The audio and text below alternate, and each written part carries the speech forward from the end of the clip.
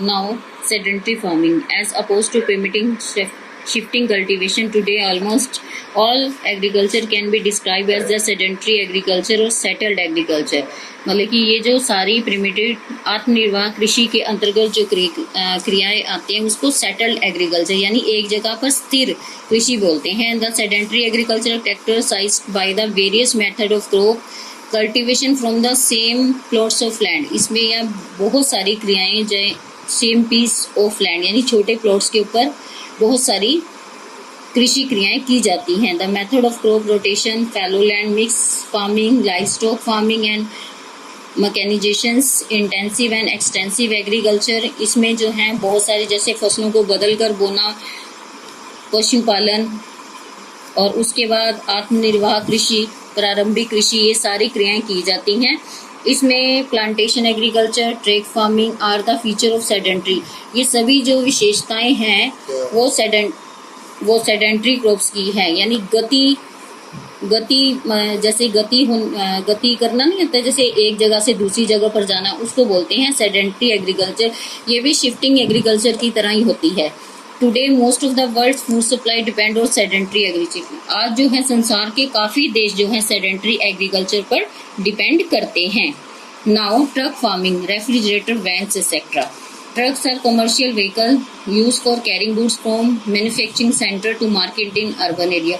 Trucks इसमें जो vans वगैरह वो किस लिए प्रयोग किए जाते हैं कि सामान जो बना हुआ सामान है मैन्युफैक्चर सेंटर से वो मार्केट में ले जाने के लिए इनका प्रयोग किया जा सकता है, क्योंकि इस माल को जो बाजार में सेल करना होता है. This type of farming is so called because vegetable, fruits, flowers and perishable commodities यानी कि जल्दी खराब होने वाला माल ट्रांसपोर्टेड इन द ट्रक, इनको जो है ट्रक में भेजा जाता है. The vegetable farms in India cater to local market unlike the Europe and the USA, where these perishable commodity are carried to vast distance across state, even country using the air transport.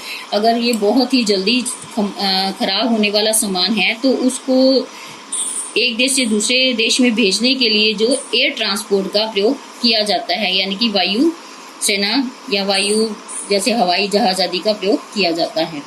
Cropping pattern.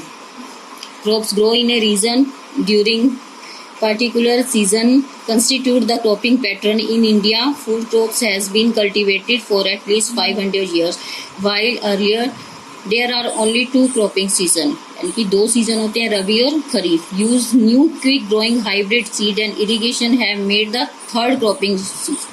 मतलब कि जिसमें quick hybrid seed, hybrid यानी कि बहुत जल्दी जिसमें जैसे फसल होती है खेती की जाती है उसे थर्ड सीजन कहते हैं. उसका नाम है ज़ैद पॉसिबल इन समर, जो कि गर्मी में संभव है.